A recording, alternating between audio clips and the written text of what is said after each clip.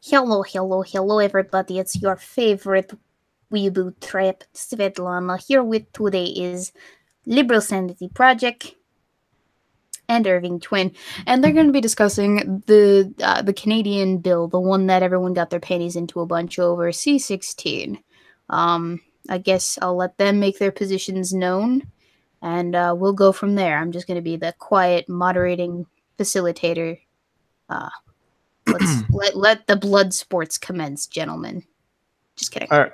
Who wants to go first? Okay. I'll start here because basically Jordan Peterson got famous from this, right? And I pretty much believe him. I've been looking into it. I don't think he's wrong. You can go ahead. Oh, that's your opening statement? Yeah. I mean, people know Jordan Peterson more than they know me and the bill itself, right? So I'm sure they have an idea of what he believes. Then I want to reiterate what Jordan Peterson's claim was. And since you started on that, I want to make it clear that we're not here as of yet to discuss whether or not Bill C-16 is good law or bad law. We are simply here to discuss what the scope of provincial courts have or anything else. And it's for a very specific claim. And that specific claim was that Bill C-16 allows for individuals to be jailed for misgendering people. And that is simply not true. And we need look no further than the text of the law to understand that.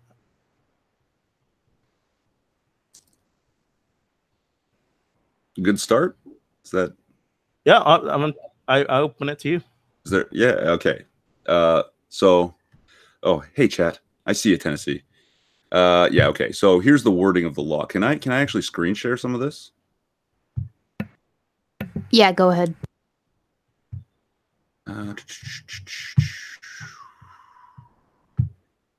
Yeah, okay. Bill C-16. We see this? Yeah? An act to amend the Canadian Human Rights Act and the Criminal Code. Her Majesty, blah, blah, blah. Okay. Where is it?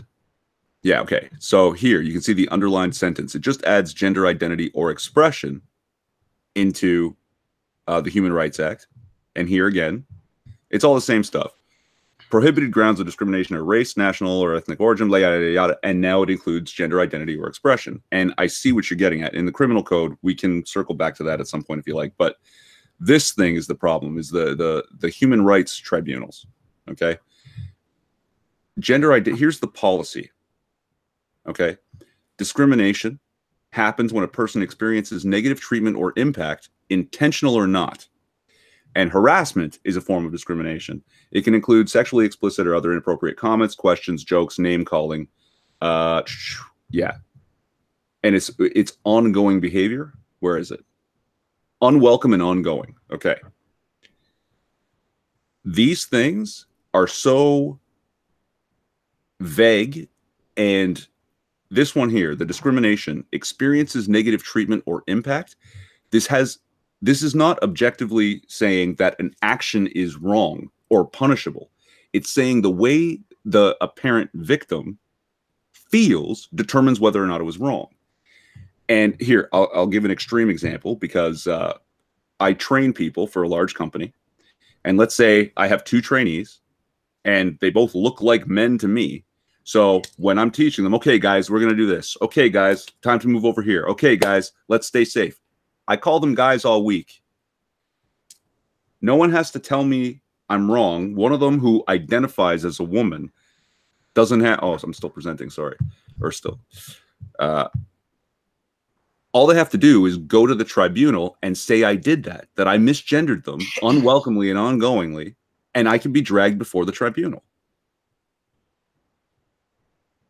Yeah, so I think that's a gross simplification of the process. And here's a natural problem with debate. This is a natural problem with debate. If you're the one who is stuck explaining things, generally, you're losing. Because it's easier to make blanket assertions that are only half truthful at best than it is to debunk misinformation.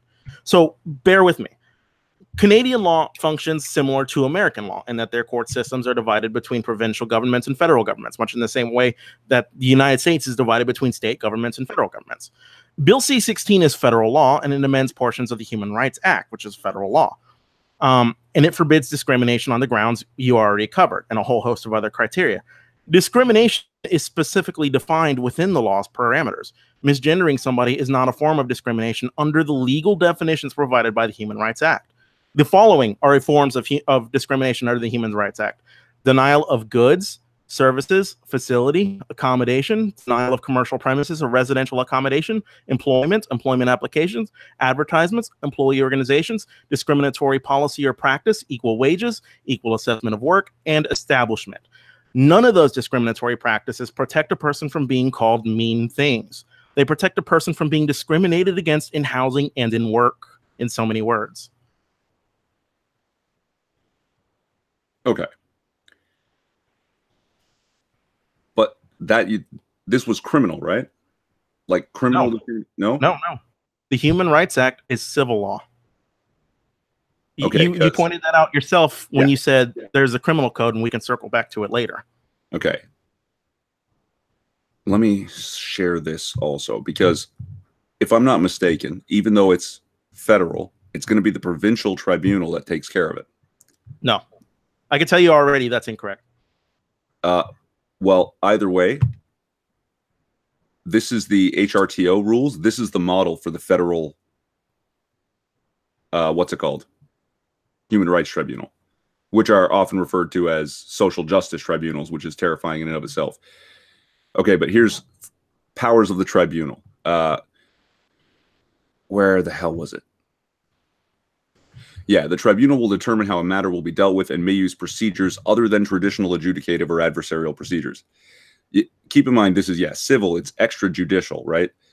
So if they make, there's something else here, I can't remember which one it is, that they determine and direct the order in which evidence will be presented. They can actually limit the evidence or submissions on any issue.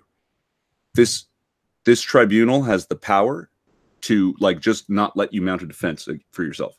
So that's absolutely not true. I mean, first and foremost, that you even bring up the Social Justice Tribunal is a little disappointing, given that the tribunal in Ontario cannot hear federal cases. Bill C-16 is federal law. The Social Justice Tribunal is a provincial court. They would never hear a C-16 case. They don't have the jurisdiction. And you can say, I'm sorry. No, go ahead. Well, you can say the Canadian Human Rights Tribunal is modeled after the Ontario one all you want, but that's the fact is that they have different jurisdictions and different cases to review. The Canadian Human Rights Tribunal hears C-16 cases. And if you like, we can visit the process for getting to that tribunal. But elsewise, the functions of an irrelevant tribunal with no jurisdiction on the matter gets us no closer to proving your assertion. Your assertion was that Bill C-16 jails people for misgendering people. So I have to ask, why would you bring up an irrelevant adjudication process to prove your point? These things are all modeled after each other, and they function in very much the same way. Now, in a civil case, you can be fined or be made to pay the complainant. If you don't pay or you can't, what happens? Is that a question for me? It's a question in general. Right. Well, if you can't pay, they have the power to throw you in jail. Right. And considering that this is on a federal, you may have to give up your job if you were working for, say, a federally regulated company. It's going to be very difficult for you now to pay any fine or any damages without your job, without a job to have your wages garnished. And the resulting outcome is going to be that, you can get thrown in jail for misgendering somebody. Okay. Did you research whether or not the Human Rights Tribunal has jail powers? I'm certain they do. Then you're incorrect. So I looked into this claim, and I actually set out to prove you right, believe it or not, instead of wrong. And I couldn't find anything like that. You cannot be jailed by the Human Rights Tribunal because they possess no powers of imprisonment. And that's because they're a civil court. So the only way you could be jailed is if your case is appealed by virtue of non-compliance with a tribunal ruling, which sends the matter to federal courts who can review the case. Specifically, they can't jail you for misgendering somebody. The only jailing power that conceivably they would have is contempt of court. And even that comes after an exhaustive process of options. So to put it bluntly, this idea that you can be jailed under this act requires you to intentionally try to be jailed under this act, which you can't. And if you are, it will never be for misgendering somebody, but for contempt of court.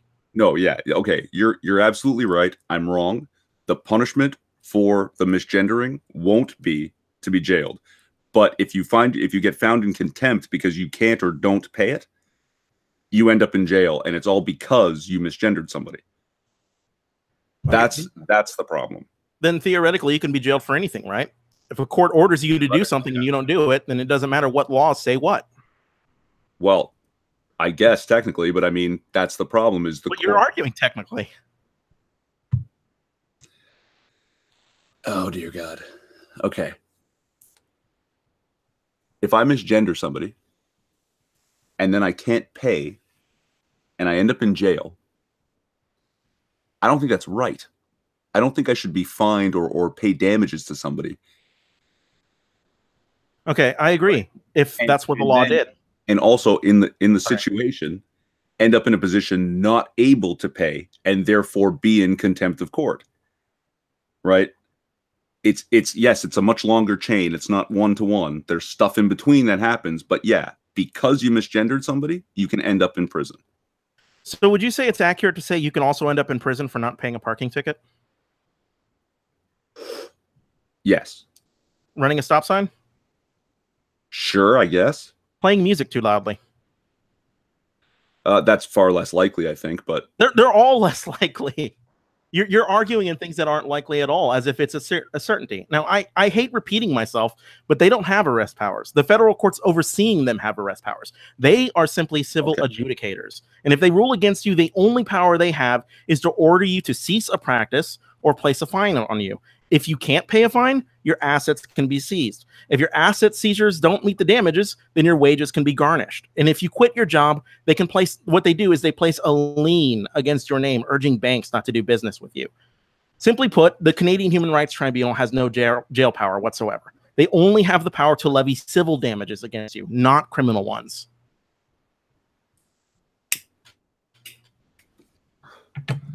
See, but these other things, like paying the tickets or running the stop sign. Sorry, I hear myself. Is that better?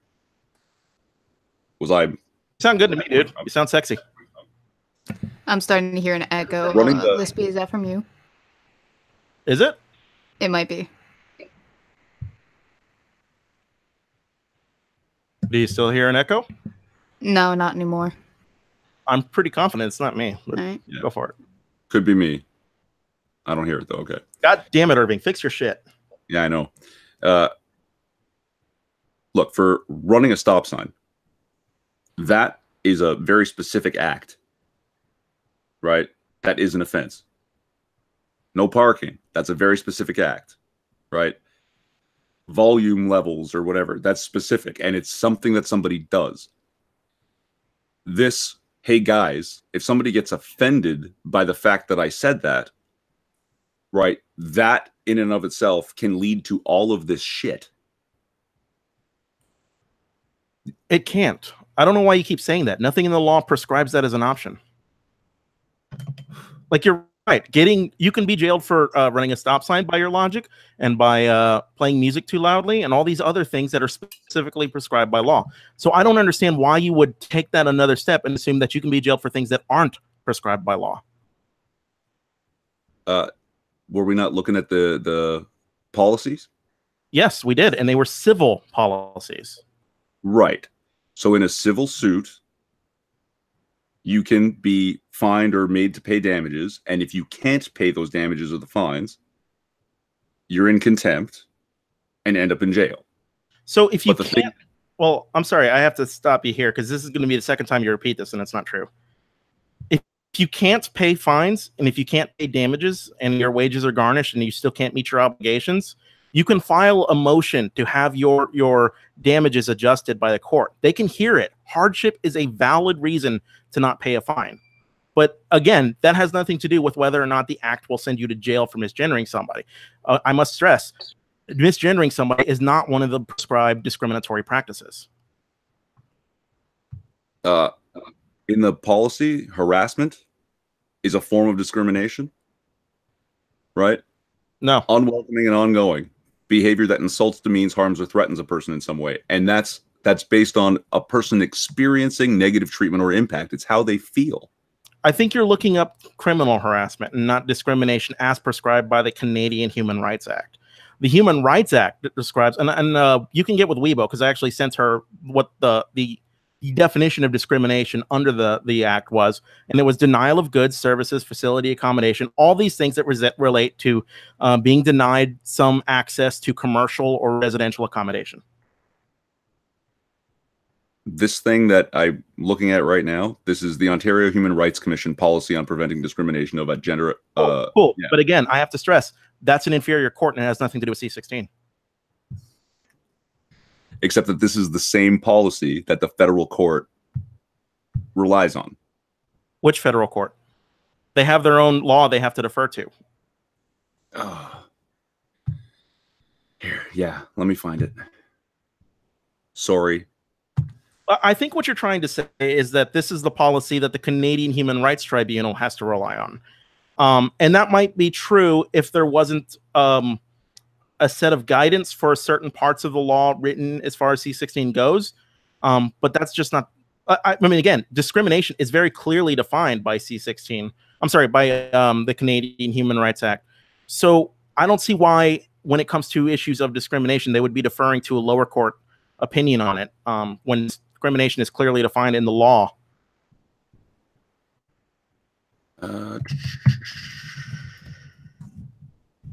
Does that make sense? I don't know. I could word that a different way. I'm not sure I got that. No, I'm hearing you, and yeah, it seems. See, no, it's all I'm finding is the Ontario one, like Canadian Human Rights Tribunal policy. I can't pull it up, and I don't know why. But that's what I mean is I'll send you something on basically copy paste and replace Ontario with Canada. That's how the Canadian Human Rights Tribunal got its policy. It just took a good one. Can I interrupt for a hot second? Yeah, for sure. All right. No. Thank you, Blessed Silence, for the 100 and okay. Running a stop sign, a parking ticket, and playing music too loud are against the law, and you can, in extreme, be jailed for it. Should misgendering be, through contempt, able to land you in jail? I think this was meant for you, Lispy. Contempt should be able to land you in jail. Misgendering shouldn't be a crime.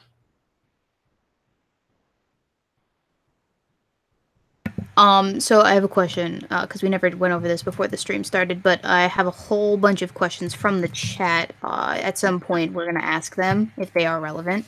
Can I have 2 minutes? I've just got to go do something. I'll be right back. Yeah, sure. I guess we can answer questions then while we're waiting. Or we can talk about like Pokemon or something.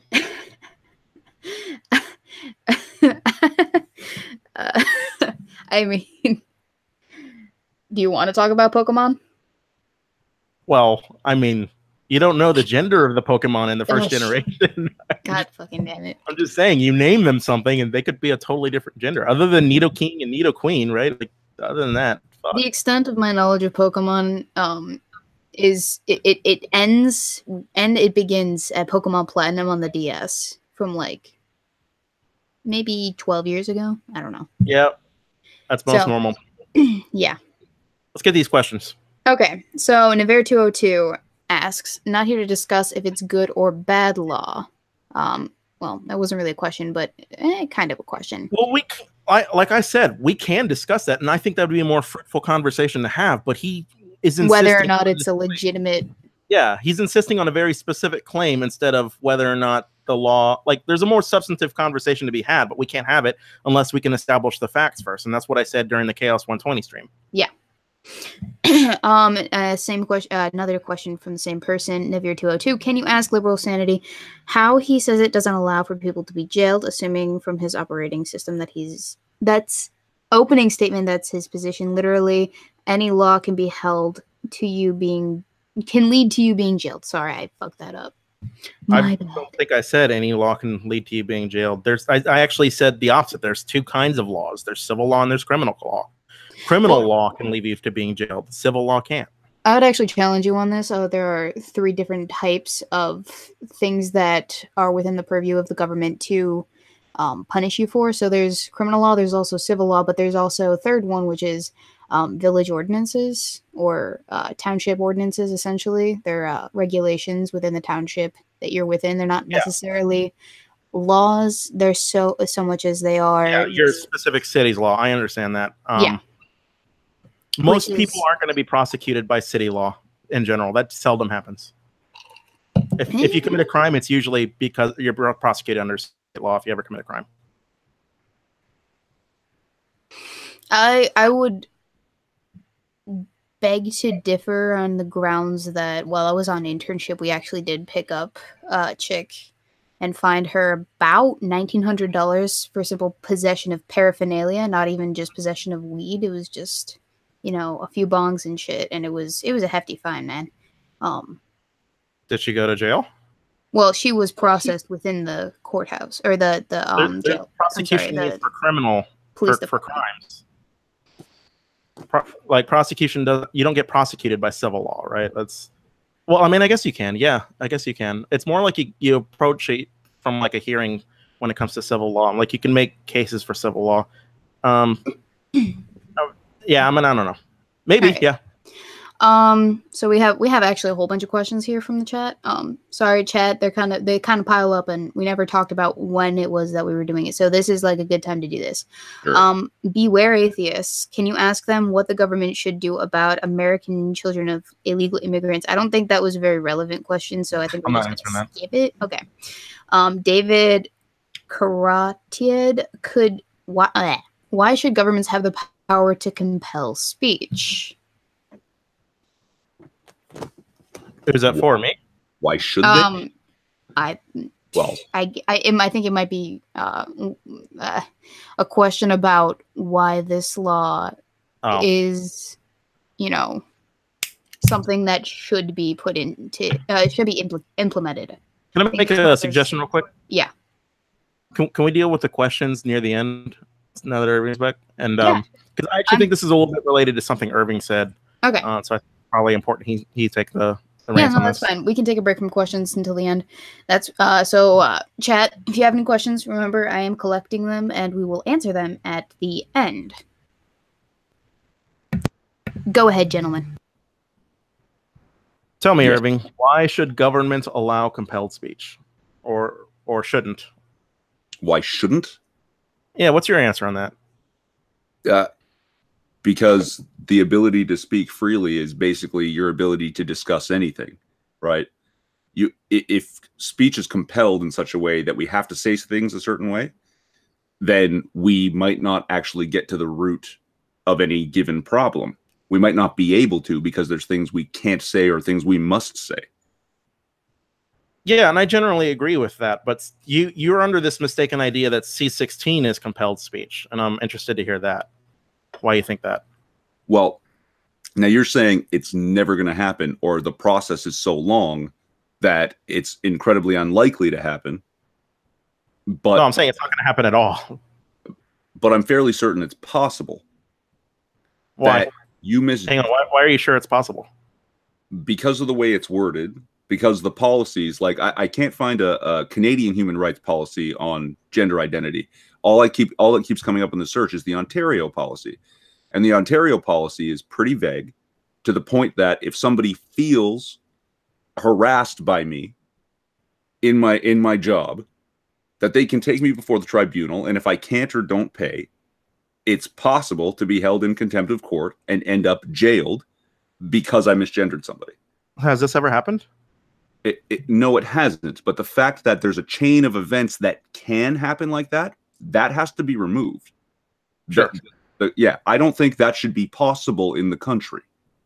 I agree, but I don't think that it is possible in the country, so I would rest easy. I'll agree. It seems very, very unlikely, but I don't agree that it's not possible. So, Irving, I've watched every video on C-16 on your channel. Oh, you're not bothered by compelled speech. You don't have a single video decrying oaths of allegiance to the country, like pledges. You don't have a single video on laws requiring that you affirm the truth under penalty of perjury. There's no videos that complain about laws having subpoena powers that can force you to testify. All of these are instances of compelled speech. So if your concern is compelled speech, where are those videos? Yeah, I'll make a couple. How's that? Sure. All right. You're actually bothered with these instances of speech, right? Most of these seem pretty reasonable because they're not consistent and ongoing. Right? Wait, I don't subpoenas aren't consistent and ongoing? Affirmations of truth under penalty of perjury aren't consistent and ongoing? Yeah, it's like a thing that happens one time and then it's done. Right? That you come to court, you tell the truth, right? Then when you leave from court, do whatever the fuck you want.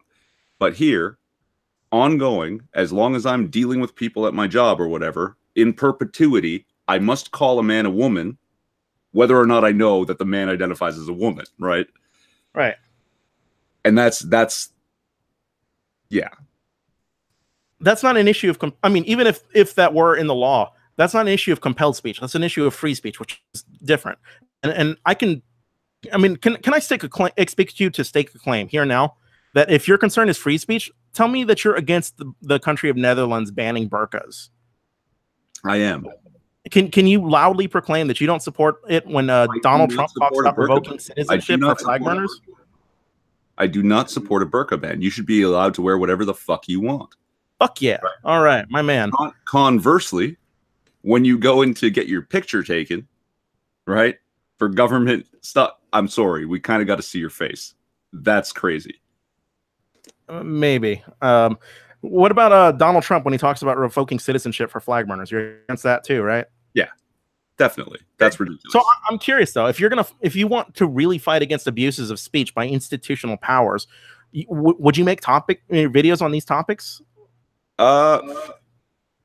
Yeah, sure. Why not? Because these are recent, these are major, these are actual threats to free speech. You've got like, I don't know, 6 videos on C-16. By the way, they were all very fun to watch. The testimony. So that's big praise. Was really dry. Yeah, I spent like 4 hours watching the Senate testimony from Jordan Peterson and Theron Meyer and all these different dates. And I wanted to blow my brains out by the end of it. It was very hard to watch. And I think that's actually part of the problem with why people misunderstand the law so easily is they get sound bites from people like Jordan Peterson instead of watching the testimony of people given before the Senate panel who make it clear that this isn't a free speech issue, such as the Canadian Minister of Justice. But anyway, the issue of compelled speech is moot. C-16 doesn't compel speech. And even if we take your argument that you could be jailed for misgendering somebody, you can't. But let's say you can. That's not compelled speech because you're not compelled to speak. You're not forced to properly gender anybody. Your assertion is that you're penalized for misgendering somebody, not that you're forced to properly gender anybody. That's not compelled speech. You understand the difference? Yeah, sure. There's the technical difference, but it's like... It's a split hair, man. It's not.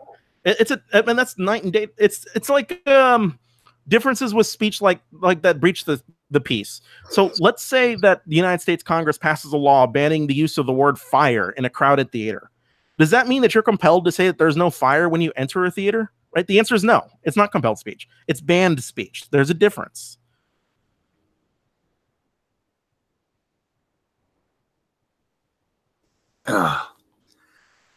Anyway, sorry, I went on a rant there. You got anything else to add, sir? It sounds to me, and please correct me if I'm wrong here, it sounds to me that you're saying it's not compelled speech because I could do it anyway. Even if I get dragged before the tribunal, yada, yada, yada, chain of events, end up in jail. No, I'm saying it's not compelled speech because even if what you're saying is true, the government's not forcing you to say anything.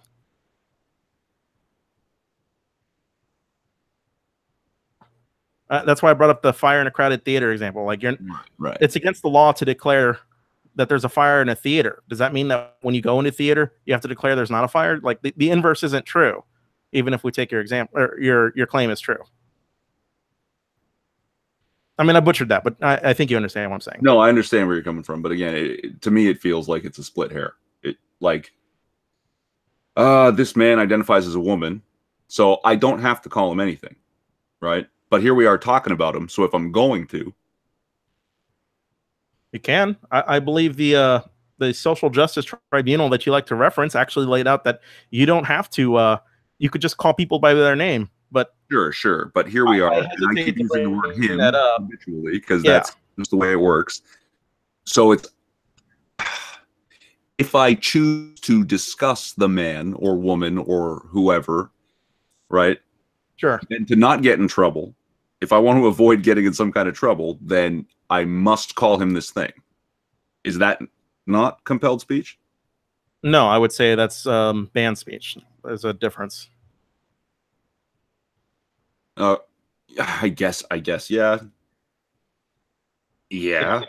Like the Pledge of Allegiance, right? If you have to pledge of allegiance to the American flag, do you have to declare that every other flag is null and void or something? Like there's a difference. I know it's splitting. It seems like it's splitting hairs, but it's a night and day difference. Anyway, C-16, like this is the most feels-based argument. It's a little bit why I was hesitant to dive into the issue, because your opinion is immaterial here. Your opinion doesn't matter. My opinion doesn't matter. The question on C-16 is feelings disguised as facts, and I don't want to say that you feel like an SJ.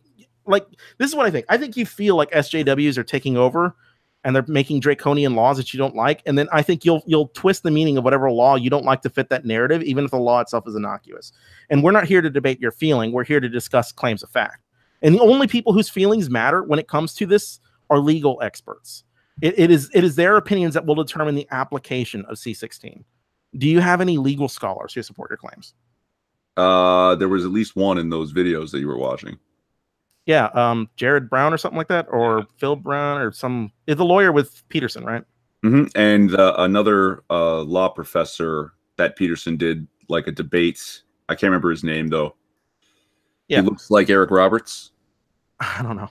Yeah. Anyway, what if I told you that those lawyers are outside the consensus? Would you change your mind? Well, no. I mean, why? You've got a field of experts saying one thing and a single expert saying another. Why do you go with that one expert? It's not generally like a consensus when someone sets precedent. You know what I mean? It's one person, one case, one judge, and it gets done. You know what I mean? So if they're saying, oh, the way that you're saying it's so unlikely that it's impossible, and then you got a couple people going, no, it's possible, right? Yeah. The only people doing that are the lawyers for Jordan Peterson. And like looking at the chain and the way they describe it, yes, sure, you're poor, you're down on your luck, whatever, you can't pay it. There might, to a point, not put you in jail, but eventually they can. You can. Sorry, after you, sir. You were in the middle of I'm just saying you can at some, like, it's possible for them to hold you in contempt. But why again? Why do you believe that again? If they're outside the consensus, if they're outside the expert consensus, well, because it is possible for the court to hold you in contempt for not being fine. It's not. Yeah, it is. It's not possible for the Human Rights Tribunal to hold you in contempt. The only way that can happen is if that goes to a federal court, a court above the Human Rights Tribunal. It could, because contempt of court is a criminal. It's part of the criminal code. It will never be heard. Human Rights Tribunal, and that goes to federal court, and then you get jailed. Okay, so don't commit criminal contempt. But that's possible. Sure. And then, like I said, it's also possible that you can be jailed for playing your music too loudly. Yeah, and again, the major difference has to do with those are specific, like the... Sorry, Weebo. Yeah, I see you. Yeah, I just want to interject here. Playing your music too loudly can either be a village ordinance offense, or it can be seen as disturbing the peace. So do with that information what you will. One results usually in just a simple fine, or both usually result in a simple fine. Well, what if you don't pay the fine? What if you don't pay the fine? Yeah. Then it's contempt of court, right? Right. Mm-hmm. You can use that same logic here. It doesn't matter what kind of, if it's civil ordinance, criminal ordinance, or I'm sorry, civil ordinance, city ordinance, or criminal law. It results in the same thing by this logic. Yes, but in one instance, I would have to interject. One instance is whether or not you are saying something into the accordance of the law. The other is how loud it is that you are playing music.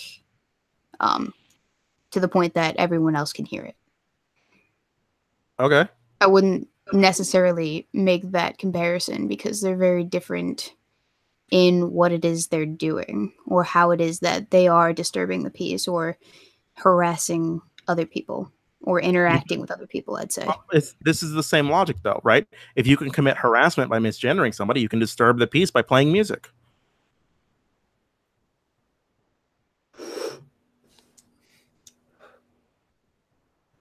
Yeah, but don't most cities have their own specific kind of rules Yeah. about volume of your music? Yeah. Okay, but again, that's a specific thing, a specific act committed by a person, not determined by how the person next to them feels about it. Okay. The Canadian Bar Association is a conglomerate of legal experts who looked at C-16. There's some 36,000 in members, and they say that nothing in Bill C-16 will infringe upon the freedom of expression. And the Canadian Civil Liberties Association affirms the same thing. I can read what they wrote if you'd like. Sure. Yeah, what they wrote was the main takeaway at this point should be that the laws have been circumscribed, have very circumscribed applicability. However, claims to the law's authoritarianism from the above demonstrations seem tenuous at best. That's what the Canadian Civil Liberties Association says about it. Jody Wilson-Raybould, who is the Canadian Minister of Justice, said that one cannot compel somebody to refer to somebody by the way of a pronoun or otherwise. There is nothing within Bill C-16 that will compel somebody to have to call somebody by the pronoun he, she, or otherwise. And this causes me to have to reiterate to you, Irving, nothing in C-16 leads to compelled speech or infringes upon free speech. Your claim is not supported by the experts. Okay. Yeah, no, that's, oh dear God, tenuous at best was the phrase they used. That was the Canadian Civil Liberties Association, yes. But not impossible. Okay. What about the Canadian Attorney General saying that nothing in Bill C-16 compels somebody to have to call somebody else by a pronoun? No, yeah. I mean, that's pretty clear. That's where we've gotten to that point of, you're right. I don't have to talk about him/her or whoever. I don't have to. Right? But if I do, right? If I have no idea that one of my employees is a trans woman and I keep using guys and she's offended, I can get taken before the tribunal. Chain of events can occur.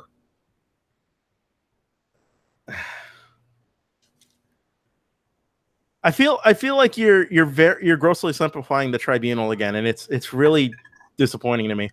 The Human Rights Tribunal has a charter, and its powers are limited in scope only to addressing grievances brought out by the Human Rights Act, like discrimination. The Canadian Charter of Rights and Freedoms lists freedom of expression as a fundamental freedom. So nothing in the Canadian Human Rights Act contravenes with the Canadian Charter of Rights and Freedoms. And if it did, there would have to be a court case about it, right? The free expression mandate is still there. And if it were to be stripped, it would come under something called an Oakes test in Canadian courts, which determines that if there's a rational, valid reason for restricting a fundamental right, it operates like our court's strict scrutiny tests, right? You're making this seem really cut and dry again, and it's really not. It's really much more complicated than you're giving it credit for. No, I'm sure it is complicated, but one of the complex paths can lead from me calling someone guys to ending up in jail. No, why do you believe that? Again, I'm not clear where you get that idea. Because the path is pretty clear. The policy determines. Didn't you say it was ambiguous earlier? The policy is too vaguely worded and makes this possible. Well, if it's too vaguely worded, then the path is not clear. You can't have it both ways. Either it's vaguely worded or it's very clear. So can I interject here? Shoot. Okay. So first off, thank you, Blessed Silence, for the 50. This seems like they're just going around in circles. That guy's loaded. Well, 50 and okay, which is basically like $6 in American currency. But happy debate. Good night, Weebo. You're cool. Okay, so I do have to admit we are kind of going around in circles on the same point. If maybe one of you could come up with an example of what it is you're talking about to kind of get the ball rolling, Irv, if you have any evidence of this occurring, or Lispy, if you have any evidence. Well, you know, we're trying to prove. We're trying to prove. I'm sorry, you can't really prove a negative. So if that's the case, then do that. Or we can move on to the next part of this, which is this an overreach? Well, there is the criminal section, which can land you in jail. And we can talk about that if you want to get into that. To be frank, I'm not satisfied that you're ever going to change your mind on this topic. And it's really disappointing to me because I don't know what else I can say beyond just giving you source after source and expert after expert. And I mean, I took a deep dive into Canadian law for this.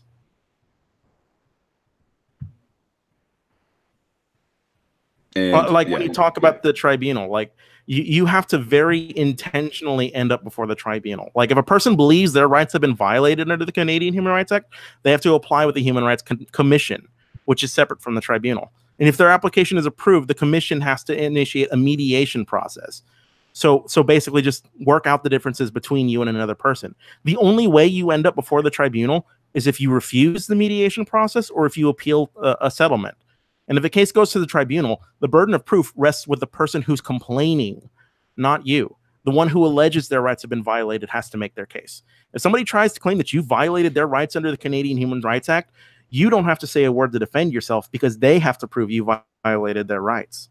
And I have to stress again, misgendering somebody is not grounds for complaint according to this law. But even if it were, they have to prove you misgendered them, and that doing so violated their rights under this law. You have no case law to support your assertion. So I think we should move on to the criminal section if you want, or we can talk. Yeah, or if you want to talk about the whether or not this is a good law or not. No, we can move on to the criminal code part. Because that's 318 and 319, right? Yeah, we can talk about the criminal code. Have you read the? We can. I'm aggravated because I think you're still on. I think you still believe this, and I think even if I explain the criminal code, you're still going to believe it. It doesn't matter what I say. Oh, the criminal code part. I don't think there's anything in there that's particularly. Like you don't want to talk about the hate speech portion or the the hate speech stuff. That's ridiculous. It's all ridiculous. It's like I don't like hate speech is free speech, man. The fact that we have hate speech laws is well, in the United States it is. Your courts disagree with you. Yeah, I know. If it makes you feel any better, part of me agrees that it's stupid. So I don't know what the debate would be necessarily there because I'm not entirely sure I believe hate speech laws myself. But like coming from a different angle, I think I understand them and sympathize with them. Well, like in the hate speech laws, they talk about inciting to violence, right? And for the criminal code, specifically, it has to be an incitement to violence. Well, there's also something about openly inciting to hatred. I think that's in 319. But that's specifically talking about it has to rationally cause a breach of the peace or something like that. Which is like impossible to prove. Then no one would be prosecuted for it. Well, yeah, I know, right? But that's another thing I found that was interesting when I looked into this is you guys have like no hate speech prosecution. Like it's on the books, but so few people ever get prosecuted under this, and it tends to make its way through the court pretty vigorously. So it's interesting to me. I don't know. Sorry, you're roboting there, or is it me? I'm sorry. It's interesting to me. Me or Irving? It's just Irving, because I heard everything pretty clearly. But go ahead, repeat yourself. Anyway, my point was the courts don't even hear many hate speech laws because most people in Canada don't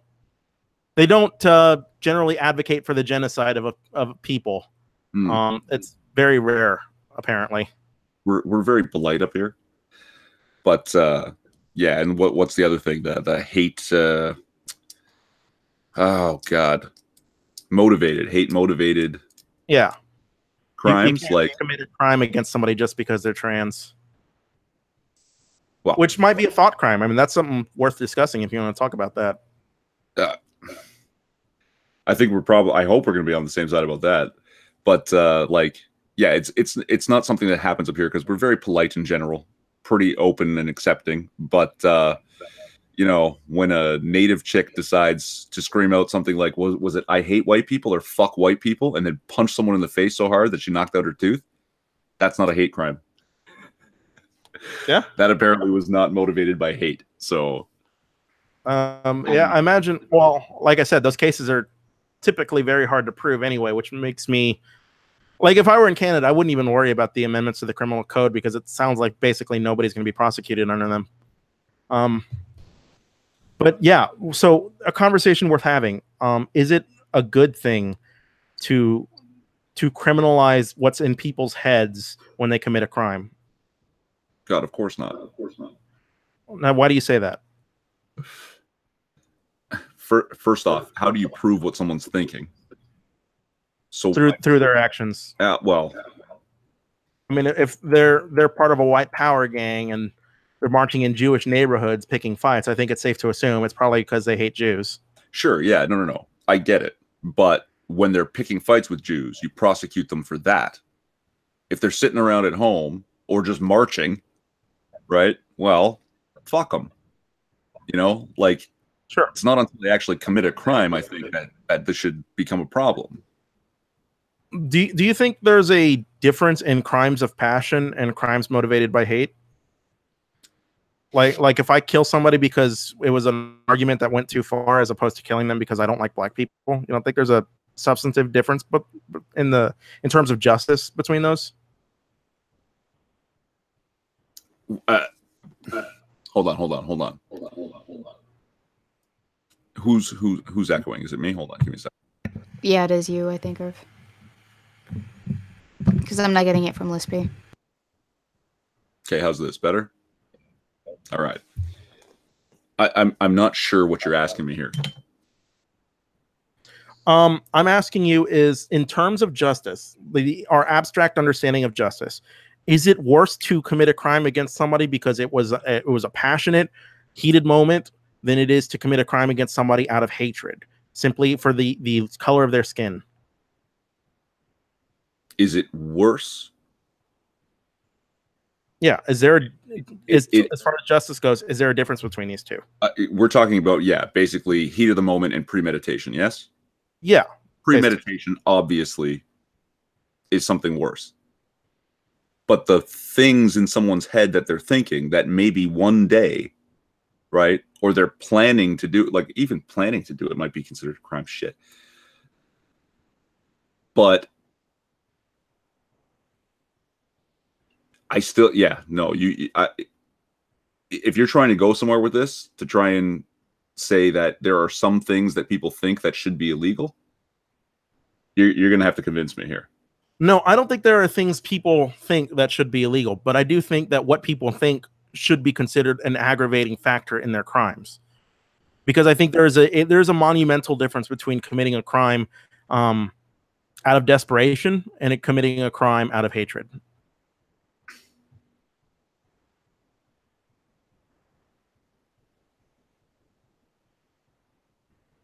Again, it depends on the context. You're gonna have to give me a specific example here. Have you ever heard of a guy named Matthew Shepard? Doesn't sound familiar. Matthew Shepard was a gay man, 18, 19 years old. He's just a kid who got picked up by some guys outside of a bar, and they basically tied him like to a fence or something and just beat him to death and threw rocks at him and stuff because he was gay. And for no real purpose beyond that. They just simply disliked that Matthew Shepard was gay.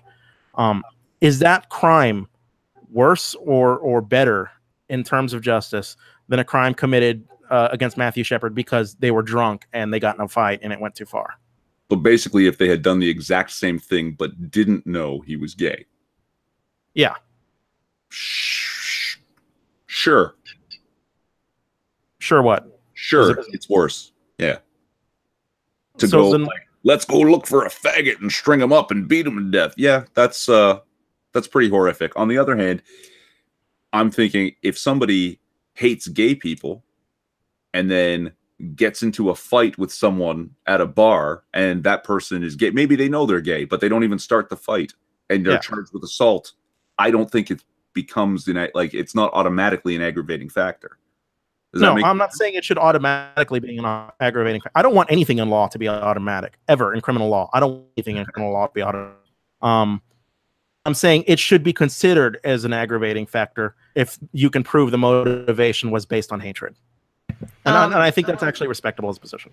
Yes, ma'am. So I would ask you guys to clarify what are current aggravating factors, because you're trying to make the case that doing something out of hate should be an aggravating factor that would land you more jail time, correct? Yeah, basically. Okay. So do we know what typical aggravating factors are that would increase jail time at the moment? Well, in C-16, committing a crime against a trans person because they were trans is an aggravating factor, as well as like doing it against their race or religion or because of their sex or anything else. Like committing a crime against somebody because of any of these, they belong to some identifiable group is a crime. Okay. I'm sorry, is an aggravating factor in a crime. So pause for a sec. Thank you, Dog for the $2. Fuck this. Fuck LSP. You're cool, Weebo. I'm out. Does he want to fuck me?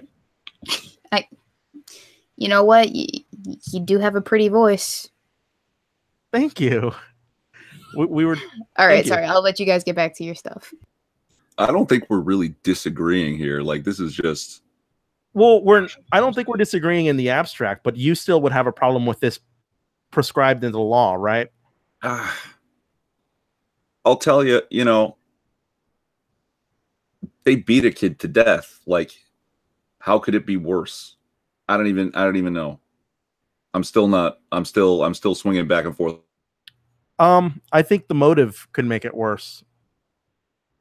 It's like, yeah, effectively a guy dies. It's the same thing. But if my girlfriend had to die, I'd rather her die in a car accident than being murdered by some guy on the street. Does that make sense? I mean, Love you. Sorry. I don't. I think so. You guys are trying to compare intent versus non-intent to commit, an act that would end up in someone's death. And I think that the intent that you guys are disagreeing on is, is it motivated by, hatred of the specific group versus just hatred in general, or hatred less general? Because usually intent laws specifically stipulate like crime of passion or I hate this person because they've wronged me personally versus I hate this person because of who they are. I'm just trying to clarify what we're talking about. Yeah, no, that's exactly right. It's the intent that matters. But now I'm starting to wonder, the premeditation of it is the problem, right? These guys went out looking for somebody and beat him to death. That was the plan. Yeah. If they went out looking for a gay dude or a black dude, I don't know how you can say that's somehow worse than just looking for any other person. I'm not sure I'm convinced now. Like, yeah, that's a respectable position. I basically, even I'm kind of split on it. I'm not necessarily sure it's okay to prosecute somebody more severely because of what's in their head at the time they commit a crime. But I sympathize with the argument, if that makes sense. Like, I don't know how to describe it. Ask me tomorrow, and my answer might be different about how I feel about these kinds of laws. Sure. It's like the death penalty. I'm on two different sides, different days of the week. I get it. Like, I mean, I don't want someone to be discriminated against because they're black or gay or Jewish or all three and in a wheelchair. Like, that's obviously not, like, that's just not nice. And up here in Canada, we're generally pretty nice. So I don't want that. But to make it somehow an aggravating factor in the crime that you went and beat up a black gay Jew in a wheelchair because you hate black gay Jews in wheelchairs. Well, you went out to look for somebody and beat the shit out of them. Like, you know what I mean? Yeah, I get what you mean. That's funny. So do you want to talk about this in like the civil sense? Like, should government prescribe by law protections for people against discrimination on the basis of race or sex or any of these things? To be perfectly honest, I'm starting to swing to the no on this. And like free market, free association, that kind of stuff. If you don't want to sell your product to black people, well, you just lost, you know, in the US, it's 13% of the whole market. All right. And guess what? What is it, 65% white people? A lot of them are going to be like, well, fuck you. And they're not going to buy your product either. You know what I mean? Maybe. You might still be able I know what you mean a lot, but we had a real experience historically with this very issue, and it wasn't fixed by the free market. It was fixed by big government. Well, yeah. But it was already leaking through, right? Like, I mean, there were shops and schools that were no longer segregating and shit like that before the actual end of segregation.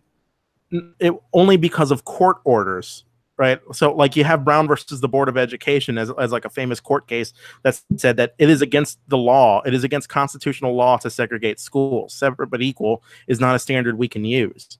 So if it leaked through, it was because of government. Like it never leaked through because of the free market.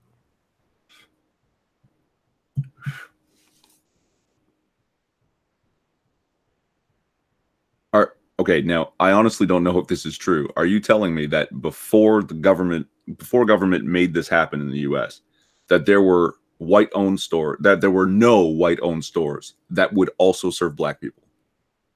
I'm telling you that's largely true, yes. Largely true. Okay, but that's the same so there were white-owned stores that would serve black people. Sure, I think there were some. Okay. So I'm going to go ahead and guess that those people were doing all right. Apparently it wasn't hurting enough. It wasn't hurting the bottom line enough for other businesses to go to a multi-ethnic model. They were perfectly happy with discrimination. And this wound up having an adverse effect on the black people who were trying to find jobs to support themselves, or the black people who needed services, who needed utilities, who needed various different things to improve the quality of their life. I mean, imagine trying to find a job as a black guy when no white company is going to hire you. And imagine how much more difficult it is when no white tailor will serve you. Yeah, yeah. Okay. But let's talk about it as of now. Do you think if we just removed all of those policies that it would go back to as far as it did? No, but I'd say that's a little bit like, if I'm a quote Ruth Bader Ginsburg, removing the policy is a lot like throwing away an umbrella because it's not raining right now, and I'd rather not do that. Like the policies work just fine. Even if we removed it, it probably wouldn't go back to the same degree it went back before. But why take the chance?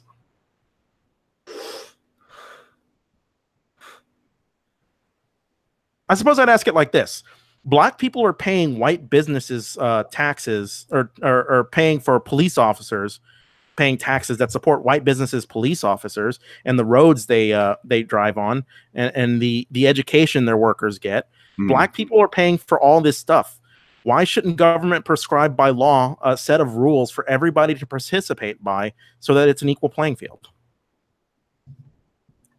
Well, okay. Roads and cops and public services, I don't think that would be something that, like, is this what we're talking about here?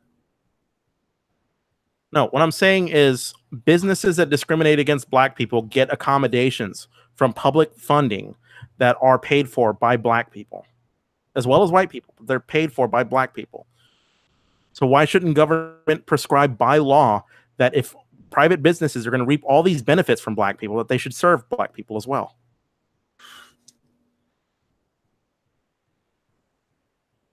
That's interesting.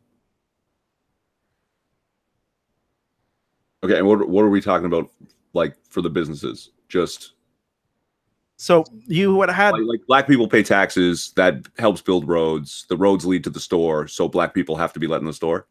Sure. And Okay. because it's still Okay, I guess that makes a sense. Yeah, you know, I'm one of those filthy statists who goes, "What about my roads?" Yeah, you and me both. Yeah, I can understand it. So, I mean, do you support the Civil Rights Act now? Uh, it definitely did what it had to do, but I mean, as it stands, like, I mean, if there's some dude who owns his bar and wants to put his whites only sign and only serve white people, whatever the fuck that means, I just don't care enough, and I just don't go to that bar personally, right? Like, if there's laws about it, fuck. Yeah, I don't even know. Yeah, I don't even know how to have this. Like, you're stirring some shit up in my head pretty well, though. It's pretty good. I appreciate that. Yeah, You guys kind of strapped for things to say now? yeah, we can go to the The question portion? yeah, since it was an hour and 15 as a limit, right? Yeah. Yeah. You wanted 4 hours, you wanted 45, so now we're at that nice happy middle area. I couldn't have stretched this to 4 hours if I tried. No, yeah, no. There's only so much you can talk about with law. Okay, so we have quite a few questions here. Some of them are kind of repeats. Tennessee Marine TM. So they can't jail you, but they can send it to a higher court if you don't abide by their decision. Yeah. Yeah. John Zoidberg, MD, with basically two of the same question. Basically, he's asking who selects these civil adjudicators. I'm sorry, my English is very difficult right now. What is the selection process for these tribunals? Are the tribunals elected, selected, appointed for life? I'm hearing an echo. Are we good? No, I can still hear it. From who? I turned my mic off. It's you. Yeah, Irv was muted, so I think it's you. No, it's you. It's me? No, I'm just moving my mic away. Okay. I still hear Sorry, myself. what was the question? I can still hear myself. Is it I really have me? to turn it down. Hang on. Okay. Sorry. Hang on. Like, it's not like I'm next to my speakers. I'm actually not. Okay. Go for it. Sorry. Okay. No, I can still hear myself. What? Really? Yes. No, From not me? anymore. No. Yeah, I can. How about now? Hello? How about now? Not now. Okay. All right, we're good. Sorry, guys. So the question was, who selects these civil adjudicators? What is the selection process for these tribunals? Are the tribunals selected, elected, appointed for life? From John Zoidberg, MD. Good question. I don't even know, man. I'm sorry. I'm actually not sure myself. Okay. Admittedly, it's something I should have looked up. I'm sorry? That'd probably be a good thing to look into. Did anyone else hear? Huh? I think you just roboted. Oh, you roboted to me. You roboted to me. But it's not me this time. Right on. All right. Okay. So you guys don't know. Gotcha. Tennessee Marine TM asks, we will please ask them to clarify or talk about if this civil court can by proxy lead to someone going to jail. I think we already answered that question, but if you want to keep it succinct. Sorry, Tennessee, because I'm going to say yes, and LSP is going to say no. It's a contended issue right now at the moment, which I don't think we're going to get like an agreement on at any point. So, cause this is Kyle. So the courts asks, so the courts can still hold a punishment against you for misgendering someone, right? Which I think is LSP is going to say no. I'm going to say yes. It's not a thing. a contested issue between our guests tonight. All right. Mr. Monkeylint asks, question, law is built on the logical analysis of evidence and testimony. How can they justify the concept of I feel means you are punished? They don't. You have to present evidence. think this works under the presupposition that I think this question is formulated under the presupposition that essentially you believe that they are being punished, but you're okay with it. But at that point, the origins of the question are kind of false. Roasted Opinions at Weebo Jones. Is it possible that the Canadian Human Rights Tribunal could find someone in violation contrary to the federal court precedents? I have no fucking clue. I didn't do any research for this debate at all. I have absolutely no opinion. I am an impartial moderator. Gentlemen?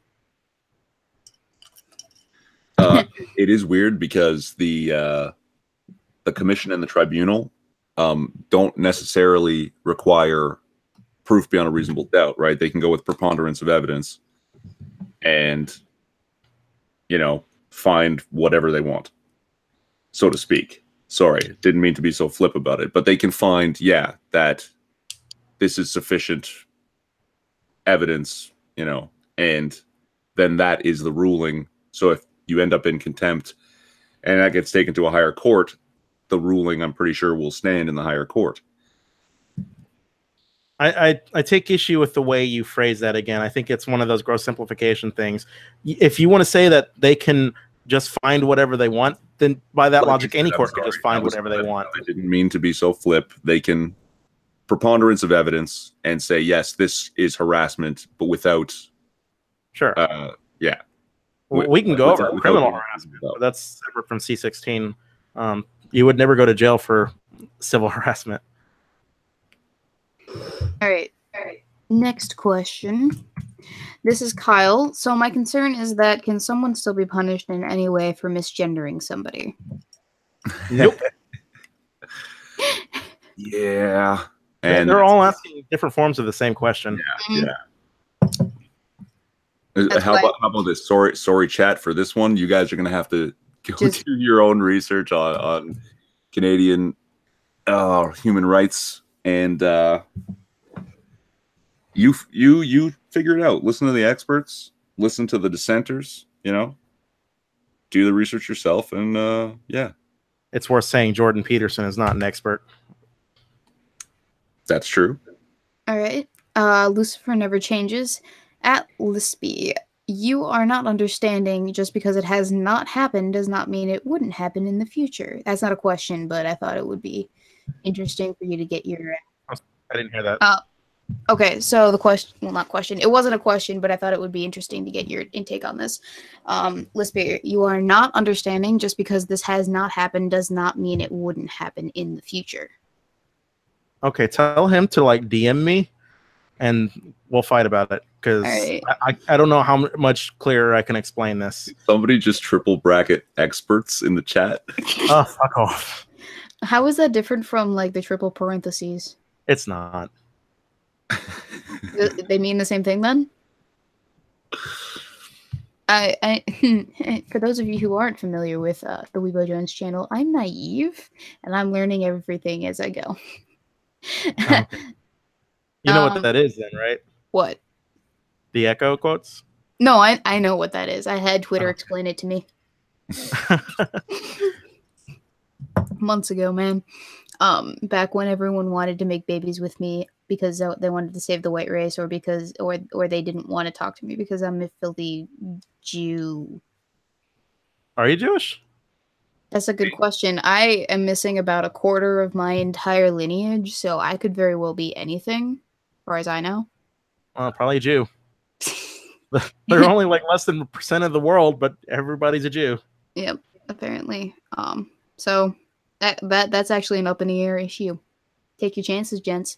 The 1L train, isn't that basically saying you're compelled to not speak? I think this is within reference to what you guys were kind of hung up on for a time there during the convo. Yeah, banned speech, compelled speech. There's another word for compelled not to. Did he robot for you too, Arv? He did. It's not me. Huzzah. Oh, God. What do you want from me? I have a shitty internet. Adjust your bandwidth, bastard. Boy. Girl. Fam. Woman. Guys. Bitch. Guys. Okay, so what were you saying again?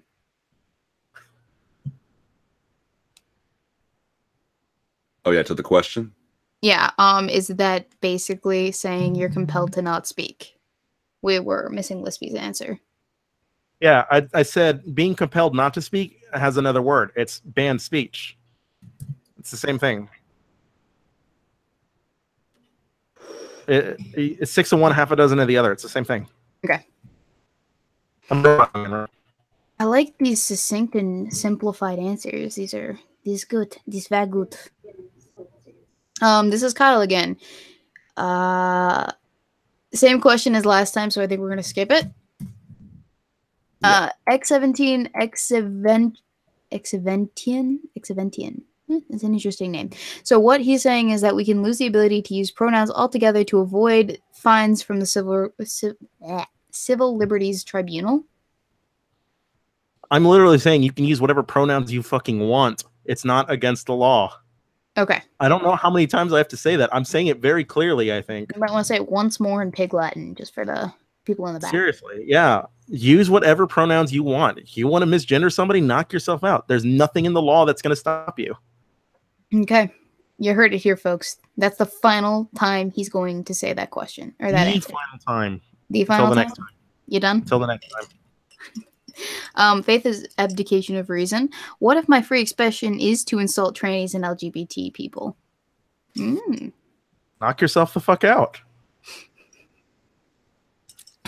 Do you, boo-boo? All right. Rich at Art. Weebo Jones. So Irving is basically saying that they want to care about the law. They'll still hang on. So Irving is basically saying they won't care about the law. I'm so sorry. My eyes are fucked up. They won't care about the law. They still prosecute you. No. No. What are you saying then? No. Okay. Look, the bill made changes to the Human Rights Act. The policies that determine what's discrimination and harassment are vaguely worded enough that misgendering someone can be seen as harassment. That's the position I'm taking. LSP says that's not correct. But, and yeah, he's not wrong. This hasn't happened yet. But I don't know. It's not even going to happen. If it essentially what we have is a difference of interpretation of the law. Well, not even that. I mean, well, I find okay. So I made it no secret that I wasn't interested in addressing this issue because a claim of fact is either true or it's untrue, right? So in this case, it's an untrue claim. And to say that it's based on is true, it's based on spirit math, and you're presenting an unfalsifiable position that I can't disprove, and that's a little bit annoying. So you feel it's true based on your limited understanding of Canadian law and your misunderstanding of provincial courts. The law doesn't say what you say it does. The experts don't say what you say it does. You have no case law on your side. And the last time we spoke, I remember asking this very vividly. Why has nobody been jailed yet? And you said, give it time, give it 5 years. Like every Canadian province, but a few, have had transgender protections like C-16 already added to their provincial law. You've had 5 years. You've had 6 years, actually, and you still have no case law. You still have... Does that mean... Hang on, you're roboting. He's roboting pretty hard. Let's be. You're roboting. Well, I'm sorry. Did I cut out? Did everyone hear me? Yeah, you cut out the last maybe 5 seconds of your spiel. Okay, well, I said that Canadian provinces have had the same protection. Oh, and now for a while now, at least 5 years. Actually, they've had it for 6 years, and there's still no case law.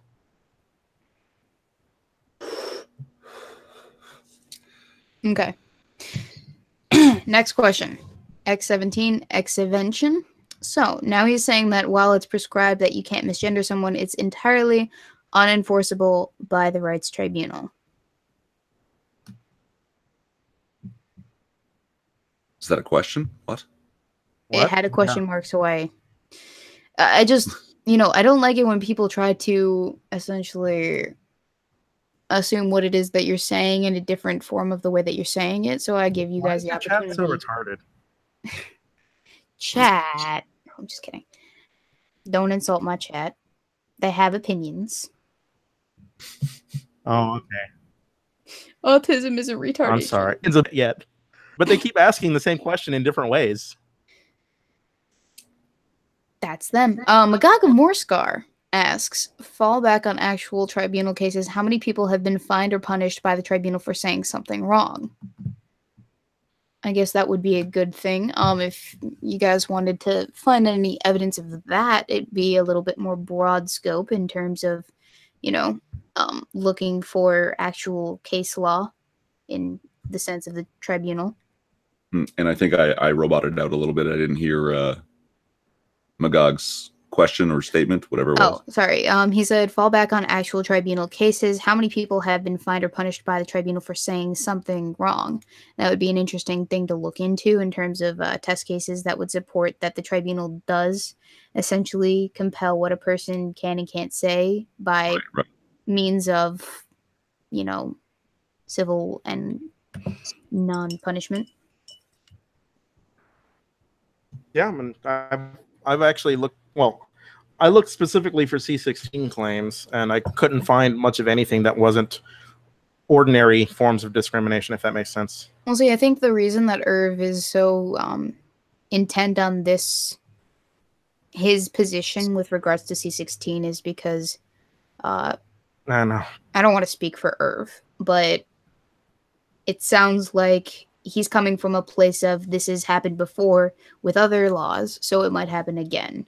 And your position is it hasn't happened with this law yet, so we can't assume that this would happen until it has. Just to kind of quantify each of your positions. Am I? It's really aggravating and disappointing to me that we live in a world where people can't admit they're wrong, and that people aren't humble enough that nothing was going to change their mind. And I have to ask Irving, what would it take to sway you? What else do I have to bring to you? It's not what you have to bring to me. It's this policy, all right, that includes this discrimination and harassment definitions. Okay, if they were removed or altered, then that would be proof to me that it's not possible. So then you're never going to believe it. No matter what, you're going to believe this can jail you because they're not going to alter the language, right? I'm believing what I'm reading. Okay. Okay. So Faith's abdication of reason has asked, why is C-16 needed? So... Oh, hey, you can make a case that it isn't needed. I think that's actually a respectable opinion that's worth debating. But that's not what we were here for. And I really wish we could start on that, but we can't do that if we can't agree on what the facts are. And if you're misinterpreting C-16, then we're never going to be able to agree on what C-16 should be if we can't agree on what C-16 is. All right. I'm all for more fruitful conversations about what the world should look like as opposed to what the world is. But these conversations are hard to have since everybody has a different idea about what is.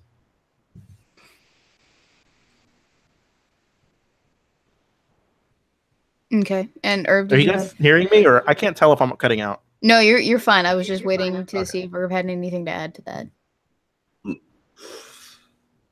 I'm trying to be the hands-off moderator. You're doing great, Weebo. Thank you. Are you drunk? No. Me? No. Why the fuck when I ask you you're drunk? Irving, are you drunk? Okay. Not a drop. I'm proud of you, buddy. Oh, thanks, man. That would make this a bit more interesting, I'm not going to lie. No, it wouldn't be. Beating up a drunk guy is like beating up a retarded guy. I don't want to do that. All right. Nothing for you. We're on the last 4 questions, guys. So. All right. Cool deal. Bear with me, gents. Nothing for you here. My question would be, should a government compel the speech of its citizens? Not insofar as saying you can't say some things, but in that they must say certain specific things. And then he added me. So does he want me to ask a question, or why don't we all answer? I think it's like a question for everybody. So I'll let one of you guys go first, and then I guess I'll state my position. Ladies first, after you. ladies. Did you just call Irv a lady? No, I called you a lady. I'm telling you. Why don't you go ahead I'm and a answer? trap, though. I'm sorry. And to be Fuck. honest, I didn't hear the question. I'm not sure if I'm roboting or what. Okay, I'll repeat. No worries. My question would be, should a government compel the speech of its citizens, not insofar as saying that they can't say some things, but in that they must say certain specific things? So I would say that no, the government shouldn't compel your speech in any sense of the word, because compelled speech is essentially compelled thought as well. And I think that people should make up their own minds based on their own experiences and their own, the information that they gather throughout, their existence. Full stop. Darvin? Sounds like a decent answer to me. Mm-hmm.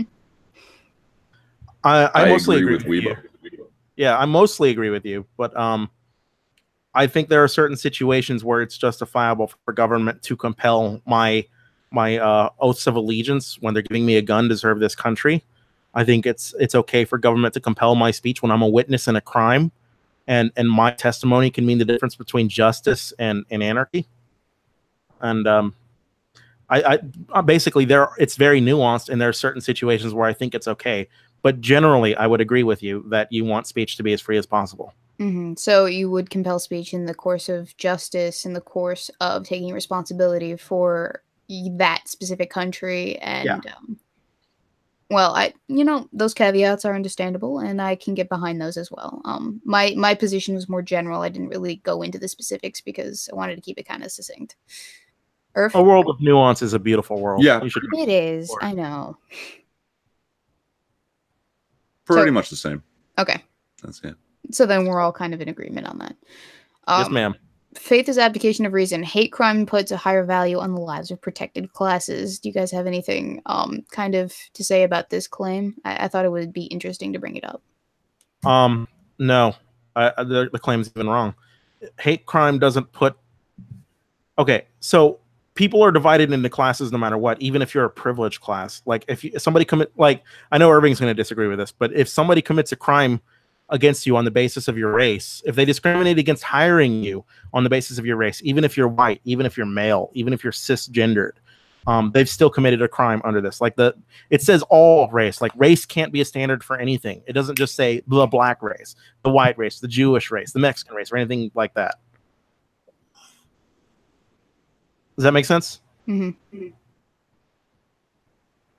Irv. It's probably my internet this time. I'm not hearing everything. Whoa. I'm hearing a lot of echoey. And it's not when I speak. So does that make it me? No. Wouldn't make me. Hang on. Is it me? No. Mm-mm. Okay. Okay. Do you want to hear the question again? Sure. Okay. Faith is abdication of reason says hate crimes put a higher value on the lives of protected classes. Because we were talking about that. We kind of got into that. And LSP, you were saying something like, not really, because race is so general that it means each and every race. You can't discriminate because white or black or whatever, fill in the blank, right? Okay. I doesn't agree single with that. out a specific class of people. Sorry? It just says every class. Right. Sorry. And I agree with that in the principle of it, but I'm fairly certain that sometimes in its execution, it seems to be that it's kind of okay sometimes to discriminate against white people or white men, and people don't actually get in trouble for it. Maybe. Do you have any specific examples? Well, I mean, even some people have been arguing the concept of affirmative action actually can be basically discriminatory against whites and males, right? You could argue that. People do argue that. I can recite to you what the Supreme Court opinion was on that, if you like. That's up to you. Sure. Well, the government has a compelling interest in diversity of thought, diversity of experience, these sorts of things that promote a better learning atmosphere or that promote better business, and that can supersede a single individual's right to any kind. Like, you're not entitled to a job and you're not entitled to a university. It's a meritocracy. And one thing we've learned, I know Weebo's going to disagree with us. Weebo, I've read the study you gave me. But black people sometimes get passed up on applications that they submit for jobs, even if they have the exact same credentials as white people, simply because they have black sounding names. So I see affirmative action as a corrective course that betters society overall. And sometimes, I mean, I can even agree that it could be discriminatory, but it can also be a necessary evil. And I'm not sure necessarily against discrimination against the home. Can you hear me? You're roboting for a second. You so do I need to repeat that? Yeah, repeat that. So I'm not necessarily against discrimination on its face. I think if there is going to be discrimination, it has to serve a valuable purpose to bettering society. So I guess I would delineate discrimination as positive and negative discrimination. I'm for positive discrimination. I'm for negative discrimination. But that's all a matter of perspective. So I mean, roboting. I can understand a disagreement with that. Okay, just because, yeah. But I'll help with that.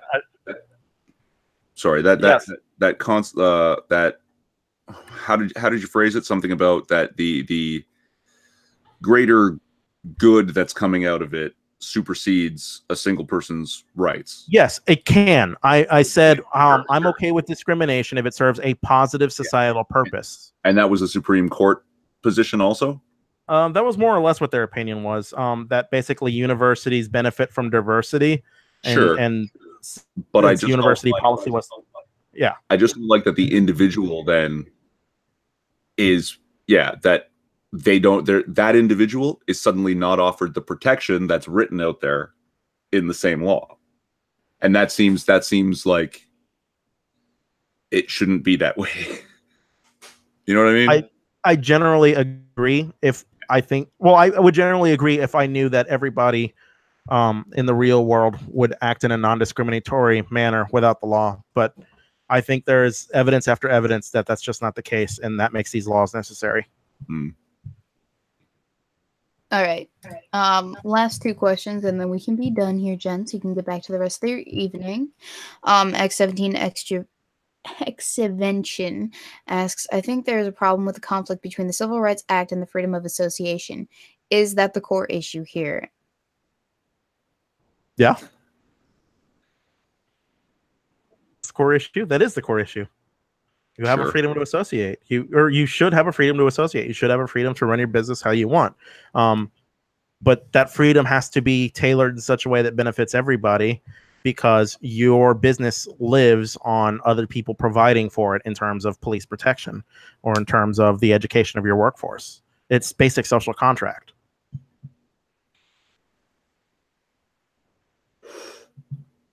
Irv? I have no answer. Okay. Last question then. Bubonic for you. Ask the libtard if he understands the difference between a commodity and a public good. Blacks only is all over the place. What? A commodity is something valuable and a public good is something everybody has equal access to. These are economic terms. Why is he asking me about economics on a debate about Bill C-16? Well, because I think the debate turned from C-16 into something completely different at the end of it. Oh, he's going to argue that whites receiving police protection for their businesses is a public good and not a commodity. So they don't owe the black community anything. I disagree. Public goods or commodities are all funded by taxpayers as a collective. You have obligations to those taxpayers. I don't think that's outrageous. Sorry, I don't think anybody noticed that I actually fell out. I don't know what happened, but I'm back. Good to have you back then. Oh, hi. I missed some of bubonic for you. Was that I missed some of the question? Yeah. Hang on. Ask the libtard if he understands the difference between a commodity and a public good. Blacks only is all over the place. Do I have to answer that question a second time? No, you don't have to answer it a second time. Okay, good. Because this was just directed at you, Lispia. So. Oh, and no, you're a libtard. Shut up. What I do? I'm the libtard. Okay. Anyway, so that was the last question, and I wanted to end on a fun note. So, unless you guys have any closing statements or final thoughts or what have you, I guess we can close this out. You guys have any final statements or closing thoughts? Yeah. I made it clear I wasn't interested in debating this because I want the conversation to be dictated by the facts. I think it would be more fruitful to have a conversation about how the world should be, but that's not what ended up happening. Whether still C-16 is a good law or a bad law is a separate conversation. With that said, I apologize, Irving, if I was too aggressive. I'm a passionate debater, and I don't know how to shut up. I thank you for showing up, and I want to give a special thanks to our lovely host, Weebo, and I leave you your closing remarks. Yeah, like, I mean, this was less productive than, you know, and you haven't convinced me. You know, I haven't convinced you. That's the way it's going to stand for now, but at least it was relatively civil. You weren't too heated. You know what I mean? You get passionate. That's good. And yeah, you know, good talk. If unproductive, and maybe next time, if there's a next time, we can talk about yeah, whether or not it's good. And yeah, thank you both. Thank you, Weebo, for hosting. All right. Great job. Nice. Thank you both for coming out tonight. I know it was a struggle. The talking part, not the getting here part. Thank you, chat, for coming out. If anyone in the near future or in the chat has their own debates that they would like for me to host, my email is in the description of this video. You can hit me up anytime you want. I'm down to host and be an impartial moderator, as impartial can get when you live and you breathe and you have biases and opinions and such.